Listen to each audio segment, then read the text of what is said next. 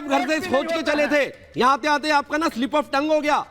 गंधारी ममता है, बहुत अच्छा नाम लिया आपने। धृतराष्ट्र हो चुके हैं, गंधारी ममता दीदी है। आप धृतराष्ट्र हो चुके हैं। इतनी बड़ी पट्टी लगाई है काले रंग की, भगवा पानी, उनको महिला का दर्द नजर नहीं आता, संवेदनशीलता नहीं है, दो देश के हाई कोर्ट को नहीं मानती, पुलिस को नहीं मानती, नौजवान जो महिला कमीशन को नहीं मानती, NHRC को नहीं मानती, बेरोजगार नौजवान नहीं आता, किसी को नहीं मानती, सिर्फ मैं इकलौती चलूंगी ना चले। क्या है उसके बीच में, क्या शेख ने छुपा एक बड़ी रखा खबर है? बता देती हूँ, ये बड़ी खबर बताइए जरा, बड़ी खबर बताइए जरा, चलाइए बड़ी खबर चलाइए जरा। ममता बनर्जी ने कहा है कि 10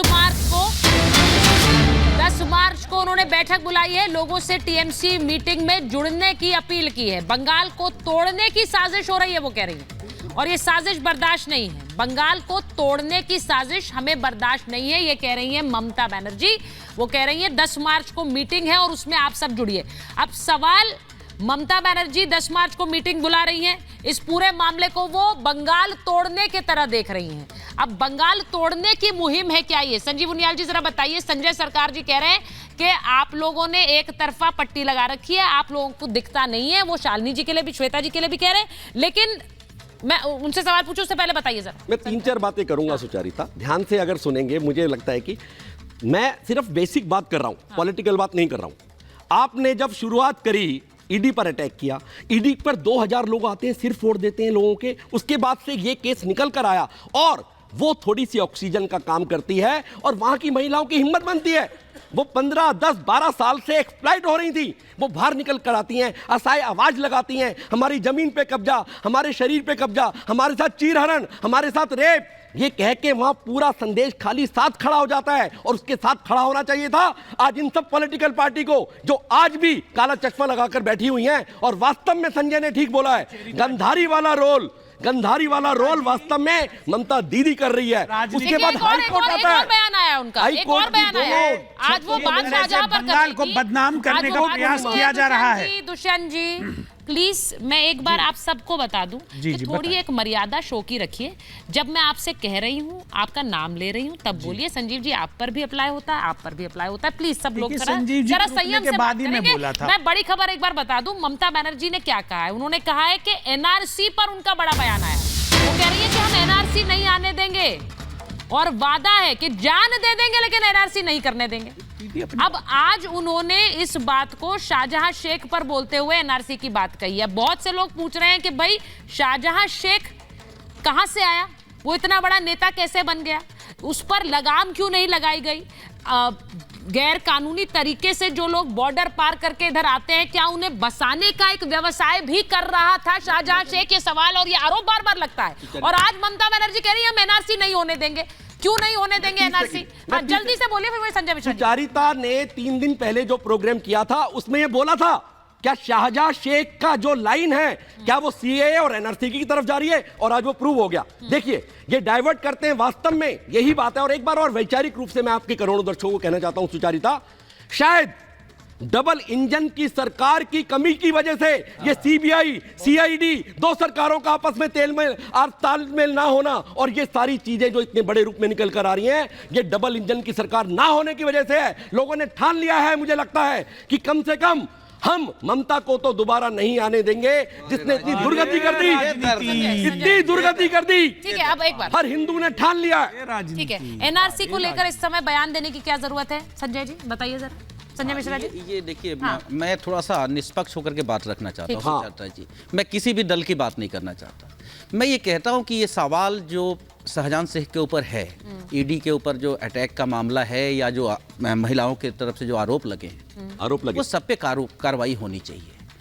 मैं ये बात रखना चाहता हूँ आपके सामने कि उन्नाव का बीजेपी का एक विधायक, मैं विधायक की बात सुन लीजिए, पहले बात सुनिए। एक विधायक की बात कर रहा हूँ। उस विधायक के द्वारा उसके ऊपर एक लड़की से मतलब उसका आरोप लगता है, फिर उस लड़की के परिवार के लोगों को मरवाने का आरोप लगता है। 3 लोगों की हत्या होती है उस परिवार के, उसके बाप की। अरे हमारे टॉप के 4 मंत्री जेल में पड़े। हत्या होने के बाद भी, सुन लीजिए, दिलचस्प बात सुनिए। ये बोल रहे हैं मुझे वो 4 मंत्री जेल में है, ये कोई तरीका नहीं। आपने कहा था बीच में कोई नहीं, ये बोल रहे हैं संजीव जी प्लीज। 4 मंत्री जेल में। संजीव जी फिर मैं मैं आप ही से बात कर लेती हूँ, बाकी सबको बोल देती हूँ। डिबेट के रूल्स का पालन कर रहा हूं हाँ। मैं ये कह रहा हूं, मुझे वो दिन याद है टीवी के ऊपर नेशनल चैनल पे रात के 12 बज रहे थे, उत्तर प्रदेश के डीजीपी के साथ उन्नाव का विधायक मिल करके उनसे मीटिंग करके निकलते हैं, प्रेस मीडिया से बात करते हैं, उसके भी 5 दिन के बाद अरेस्टिंग होती है और पार्टी से निकाला जाता है 6 महीना बाद। 6 महीना बाद जेल जाने के बाद पार्टी को 6 महीना लगता है निकालने में।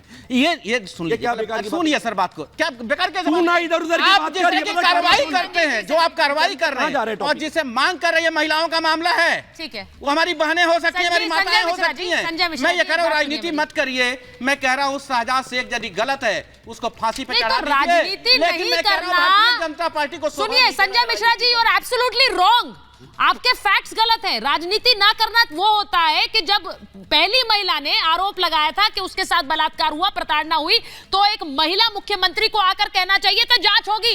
उन्होंने उन आरोपों पर सीधे कह दिया ये राजनीति से प्रेरित है। ये नहीं होना चाहिए था, ये कहना चाहिए था कि नहीं, एक मुख्यमंत्री को दिखावे के तहत ही कह देती कि हाँ जांच करेंगे। उन्होंने नहीं कहा, मामला वहीं से उठा है।